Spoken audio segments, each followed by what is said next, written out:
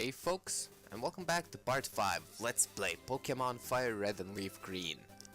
Alright, so ever since we hopped down that ledge, we're locked off from visiting Mount Moon, at least for the foreseeable future. And with that, there's only one way to go, and that's east.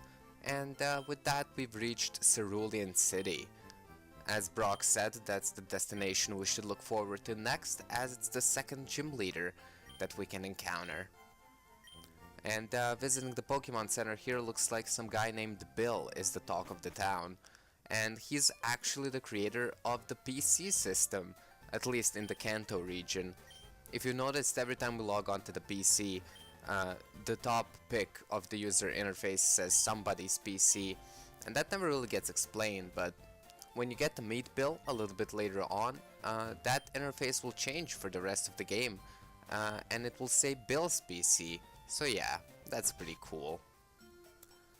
Other than that, this town actually provides a few useful mechanics. There's a couple trades you can pick up in this town as well. And the Pokemart hasn't changed much though. It only has one more new item, and it's the Super Potion. It's basically the more expensive upgraded version of the regular potion, and it restores 30 more hit points.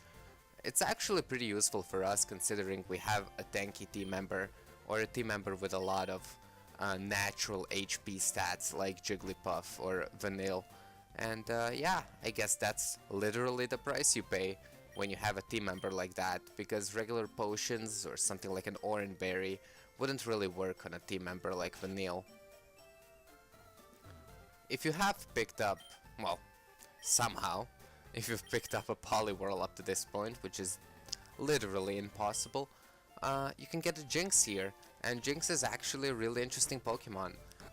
It's half ice, half psychic type, but sadly, because it's more physical, it doesn't actually work, because both of its natural typings are specially based in this game. So it's technically a bad Pokemon to pick up, but it's actually really original and really fun to use, so maybe you should. I'd actually recommend you using it more in the second generation because of the elemental punches being more accessible, but that's a story for another day. The old man we just talked to can describe different badges you can earn throughout the region, and for example, Brock's Boulder badge will passively increase the attack stats of your entire team. That's something that never really gets mentioned, so he's actually pretty useful. Anytime you get a gym badge, you can come back to him and see what it did to your team, and up to what level the Pokemon you have will actually obey you. That's the way that the Pokemon series actually prevents you from leveling up to a level 100 way before you're supposed to. And that's the max level, obviously.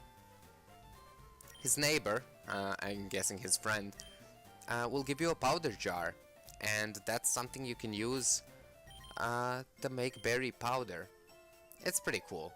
But I'll talk about that a little bit later, because we've run into our rival. Here's Blue again. He says he's doing great, he's still right ahead of us on his journey, which I'm kind of passively envious of. But yeah, this is the second rival battle.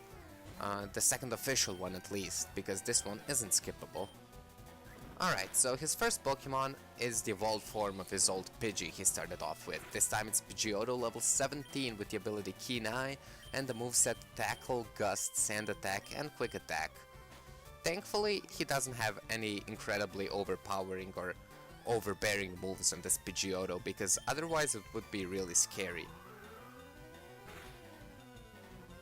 His strongest move is Gust, but since it's half normal, half flying type, pretty much all of his damaging moves have stab, which really sucks. And we missed that Mega Punch, sadly, and I can't really do anything. I mean, technically I could heal, and that would leave Vanille in the end pretty much right at the same HP, in hopes that the Pidgeotto would have been knocked out had we hit the next post-heal Mega Punch.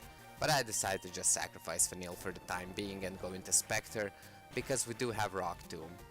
It's a move that's actually served us incredibly well up to this point in the journey, and I'm very happy that I did teach it to Spectre when we beat the Pewter City Gym. His next Pokemon is an Abra. It's actually a Pokemon we've never seen before, But despite it being level 16, it's not evolved yet, which it should be. And because it's an Abra that's unevolved, it can only use teleport, but it has no use inside trainer battles. It does have a use in the overworld. It can get you out of caves, much like an escape rope. And if you encounter it, it will teleport the Abra in the wild battle immediately. So it's kind of a pain to catch. But definitely pure switch training until level 16. If you do decide to use an Abra, which you can actually find on the very upcoming route.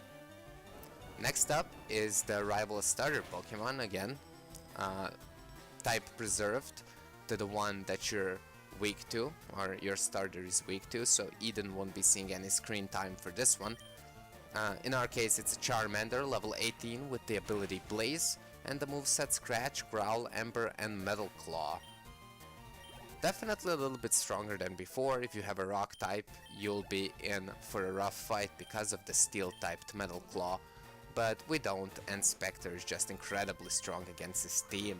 Yeah, especially in this part of the game, right? You can just sweep the entire team, probably with the exception of Pidgeotto, but even then it's not a Spearow or a Fearow, so it's, yeah, very possible that he actually could.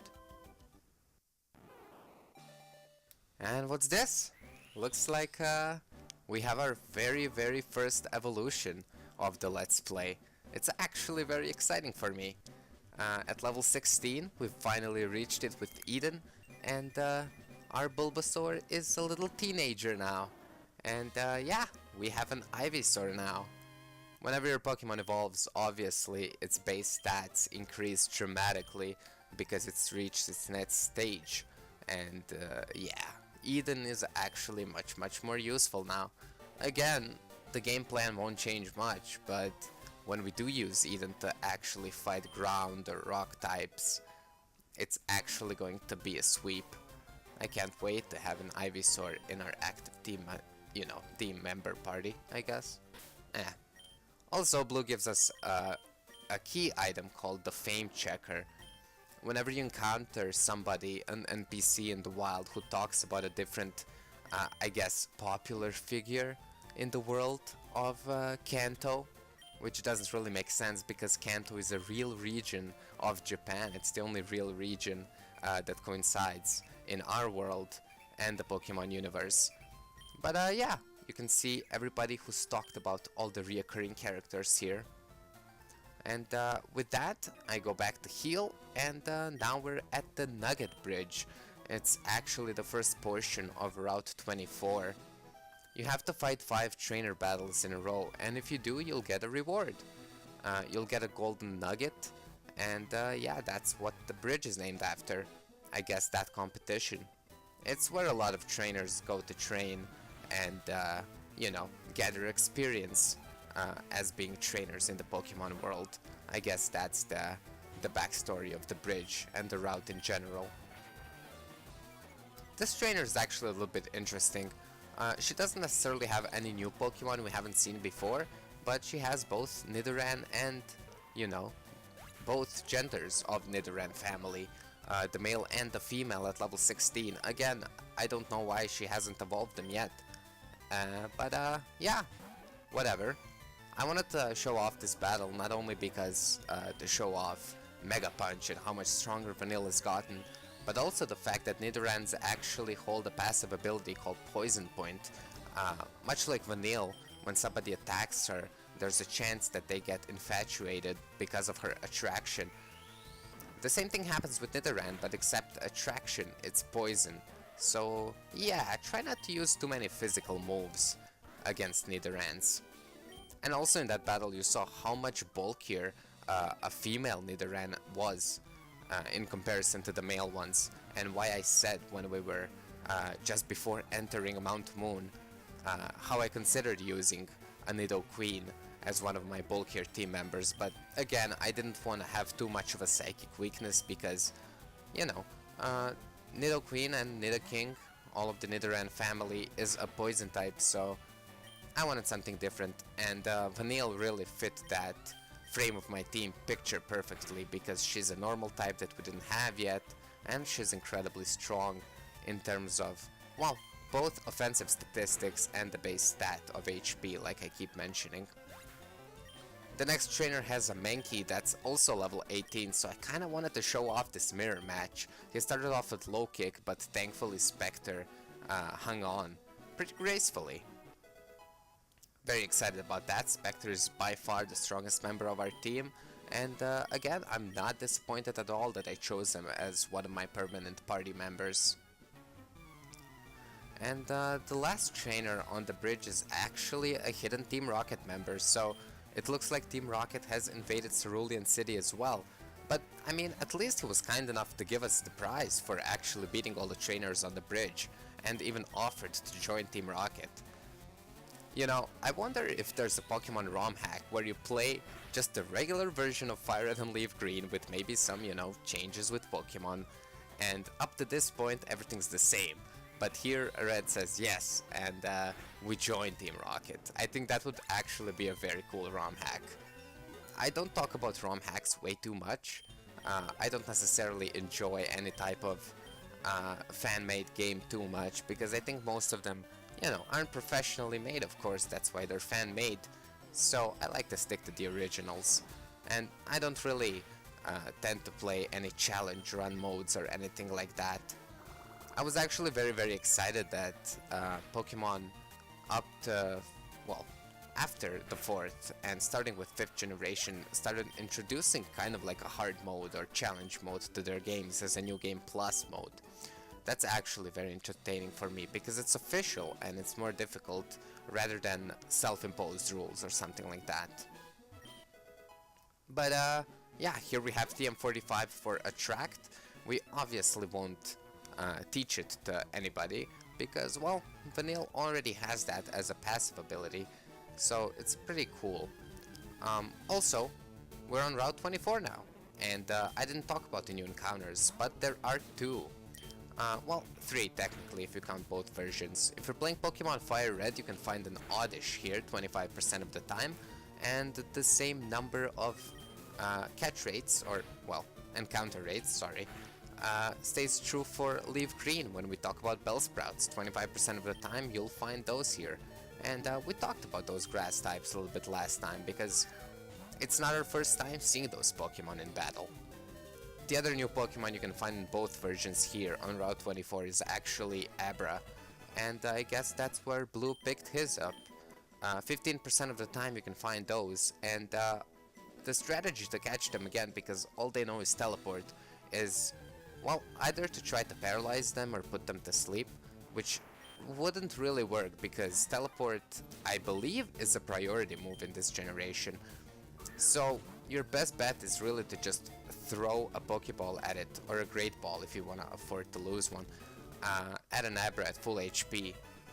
It took me only 2 tries, this is the second one, and yeah, so I didn't really have any net spending or net loss when it comes to money on an Abra. It's actually more useful than usual. Usually I'd waste 4 or 5 probably because I'm, you know, I tend to be unlucky, but what can you do? Since we picked up the Pecha Berry, I wanted to say since we picked, Pecha picked, it's hard, man. Since we picked up that berry over there, I wanted to talk about a little bit about the powder jar that we picked up from the old man in one of the houses in Cerulean. So, as you saw, we saw that we picked that item up and it hasn't been explained much. So, to try to speed through that item as fast as possible, because it's not one of the most effective or useful key items you'll be seeing as you play through the game. If you go to the second floor at any Pokemon Center in the game, much like you would if you wanted to trade or battle a friend, you can mix berries together and create medicine components. You can actually create berry powder. So what you do is you create the berry powder using the the link system on the second floor of the BCs from the Pokemon Center, and then you bring the berry powder that you created back to that old man, and he'll give you organic medicine. So yeah, it's pretty cool. The downside to all the medicine that's created that way though is that it lowers actually the happiness stat that your Pokemon has. It's one of the hidden abilities or stats that each Pokemon has when in your party. How happy are they? Or, you know, well, how much they like you, I guess, as a trainer. And most of those herbs that you synthesize using that ability of medicine are actually in their descriptions spicy or bitter, and most Pokemon won't like them actually, and because of that their happiness rate drops. Now that's sometimes important because some of the moves scale in this game based on how happy your Pokemon is, so maybe you should keep that in mind when doing it. The previous few trainers that we fought had a few interesting encounters. We saw an Onix level 17 that isn't all particularly new, but I wanted to show off that battle because it's the first time using Ivysaur in battle, and you saw how useful that is. Now this is a Slowpoke, and it's a Water-type Pokemon that's exclusive to LeafGreen. It's actually very good. It's a bulky Pokemon. I won't be picking up one because we already have our tanks of the team solidified, as you can see, but it's actually very cool because it also evolves into a half Psychic type. And not to mention, having a bulky Psychic type that can also use stab type water moves is incredibly powerful, and I would definitely recommend a Slowpoke in anybody's team. That's one of the main reasons I actually picked LeafGreen as the game I feature on camera, because the diversity in some of the Pokemon typings is much greater, specifically the water type, when it comes to Pokemon LeafGreen. But with that, I think it's time to use that Moonstone we've been holding on to for a while, since Vanille is level 19 and she just learned Rollout. It's a rock type move that's very familiar to you if you've played the 2nd gen games and have managed to get the 3rd gym badge in those. But yeah, so the elemental stones, including the Moonstone, if applicable to your Pokemon, will immediately make them evolve. And with that, we have a Wigglytuff on our party. And look at that HP stat, 84. That's just insane, man. So yeah, Q-Charm still remains the ability. And you know, sometimes through evolution, your Pokemon's abilities will change. And that's something I didn't really touch up on. But yeah, none of our Pokemon are like that so far, so no use in harping on about it. The other new Pokemon we actually see in the previous battle that I didn't talk about immediately as it happened was a Machop. And Machop is probably the most popular fighting type in the 1st generation, or, you know, at least I'd assume so. Now, the difference is, it requires a trade evolution, but that's not the reason I didn't pick it up. Well, for one, I didn't pick it up because I wanted the fighting type straight away, and yeah, Mankey was the available one back in Route 22.